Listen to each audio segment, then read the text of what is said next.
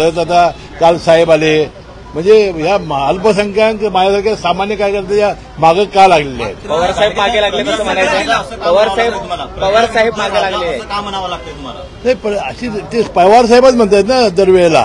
त्यांची भाषणं ऐका कालची, याच्यापूर्वीची. त्यांनी कायमपणानं प्रजेचाच प्रचार केलेला आहे, रयतेचा प्रचार केलेला आहे आणि मनात त्यांची भूमिका तीच असावी. परंतु आव्हान वाटतं. हे बघा, आता निवडणुकीचा रिझल्ट कळवेल. आपण निवडणुकी आधी बोलणं बरोबर नाही. शेवटी कुठल्याही माणसाला आपण कमी लेखत नाही.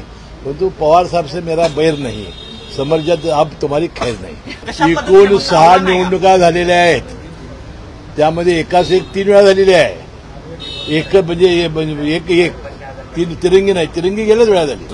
माझं म्हणणं काय आहे की परवा ते प्रवेश करणार होते, जयंत पाटील आले होते, सभा झाली होती, पुन्हा साहेब स्वतः काल आले. आता आम्ही काय 50 वर गेलेलो आहे ना, आमदार जे 50 वर गेले आहेत.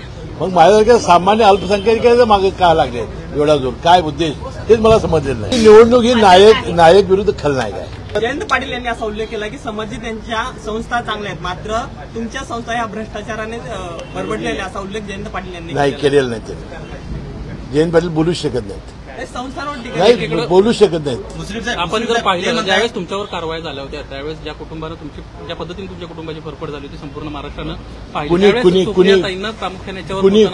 कुणी केली होती? ज्या काही कोण होतं यात? संस्था यामागे कोण होतं? या संदर्भात सुप्रिया यामागे कोण होतं?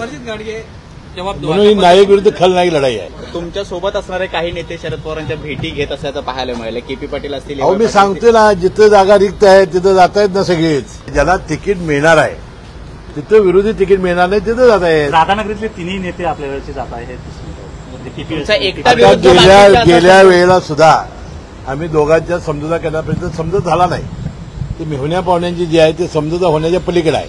मी तर थकलोला आहे ते मिटवण्यामध्ये. तुम्ही पाठीवरचा देव खाली ठेवला, आमदार राहणार नाही, तुम्हाला मोठी जबाबदारी देण्यात येईल. नाही, ते मेजॉरिटी त्याला बहुमत व्हावं लागतं.